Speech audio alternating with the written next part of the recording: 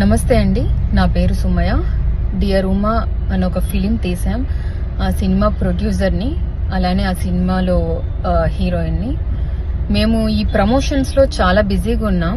నా దాకా ఇంతవరకు రాలేదు. సడన్గా నేను ఫోన్ ఆన్ చేసేసరికి మా ఫ్రెండ్స్, మా ఫ్యామిలీ ఏదో వీడియో ట్రెండింగ్ అవుతుంది అనేసి ఎవ్రీవన్ ఈస్ కాలింగ్.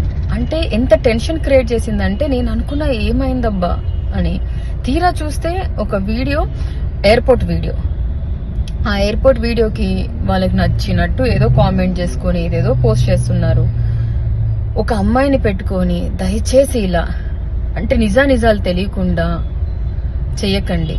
అంటే రాజకీయం చేయొచ్చు, కానీ ఒక అమ్మాయిని అడ్డం పెట్టుకొని రాజకీయం చేయకండి దయచేసి. అదే నా పక్క సీట్లో ఇంకెవరన్నా ఉండుంటే, మీకు పడని వాళ్ళు ఎవరున్నా కూడా ఇలానే రాస్తారా? ఒక ఉమెన్ కి ఇచ్చే రెస్పెక్ట్ మన ఇండియాలో ఇంతేనా?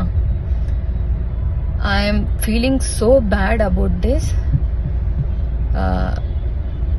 నాకు అసలు మాటలు కూడా రావట్లేదు ఏం చెప్పాలి అని. ఎందుకంటే దాంట్లో నిజం లేదు.